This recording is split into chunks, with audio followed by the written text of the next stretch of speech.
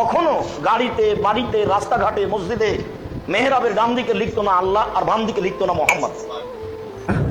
শিরক, নাউজুবিল্লাহ। দেখেন, মসজিদে নববী শরীফের আগেই মসজিদ।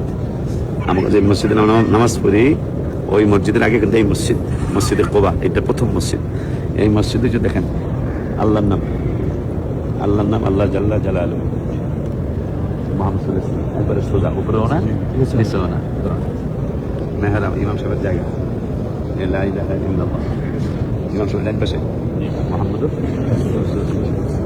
মসজিদে কোবা মদিনার মসজিদে নববীরও আগে এটা।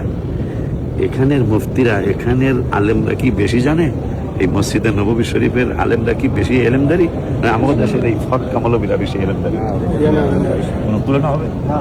মসজিদে নববী শরীফের, মক্কা শরীফের ইমামদের সাথে আমাদের দেশের কোনো আলেমের তুলনা হবে? তাই না? আমাদের দেশের আলেমরা মিনিমাম মানে মুষ্টিমের দিশের জন্য বলতেছে লা ইলাহা ইল্লাল্লাহ মুহাম্মাদুর রাসূলুল্লাহ রাখা যাবে না। অথচ দেখেন মসজিদে কোবায় স্পষ্ট, তাই ইমাম সাহেবের ডান পাশে দাঁড়িয়ে, ইমাম সাহেবের বাম পাশে মুহাম্মাদুর রাসূলুল্লাহ, আবার পাশে আল্লাহ জাল্লা জালালুহু। তাইলে এই কথাটা কি বুঝতে পারবেন যে মদিনা শরীফের প্রথম মসজিদ মসজিদে কোবা, যেখানে 2 রাকাত নামাজ পড়লে একটা উমরা হয়ে যায়।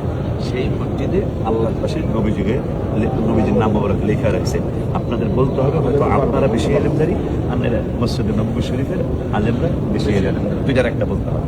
যদি বলে যে তাদের সাথে আমাদের তুলনা যদি না থাকে, তারা আল্লাহর পাশে নবীজির নাম মোবারক রাখলো, আর আপনারা বলতেছেন আল্লাহর পাশে নবীর নাম মোবারক রাখলো, 100% আপনারা বাতিল। এই কথা বলতে পারবেন? আসসালামু আলাইকুম ওয়া রাহমাতুল্লাহি ওয়া বারাকাতুহু।